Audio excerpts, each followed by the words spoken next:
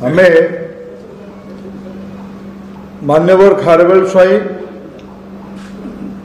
ओडिशा राजनीतिर गोटे अमूल्य रत्न दल मत निर्विशेष ओडिशा रे अनेक लोक अछंती जो माने खारवेल बाबूंकर व्यक्तित्व रे खारवेल बाबूंकर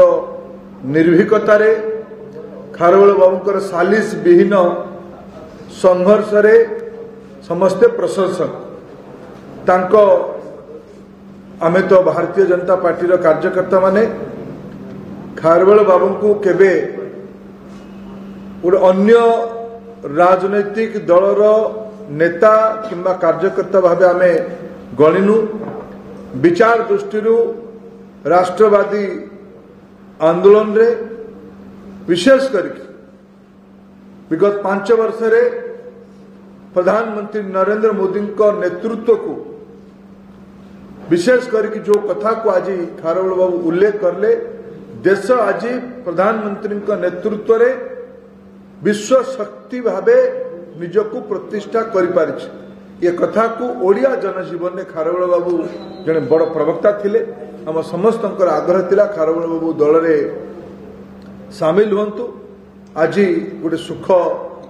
संयोग हैला खारवेल बाबू आम दल रे औपचारिक भावे जोग देले मु तांको दल रे स्वागत करूची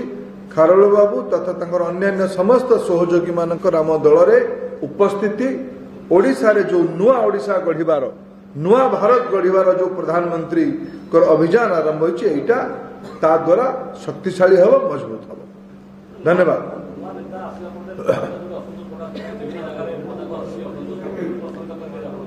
देखो